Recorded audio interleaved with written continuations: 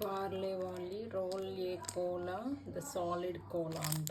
First time try చేస్తున్నాడు వేరు కానీ వేసుకున్నాడు. 100 grams ఉంటుంది.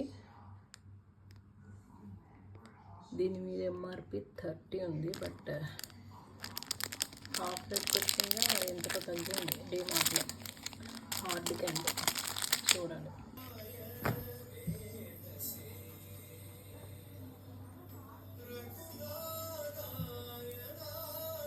అలా 4 వచ్చినాయి కదా ప్యాక్లో.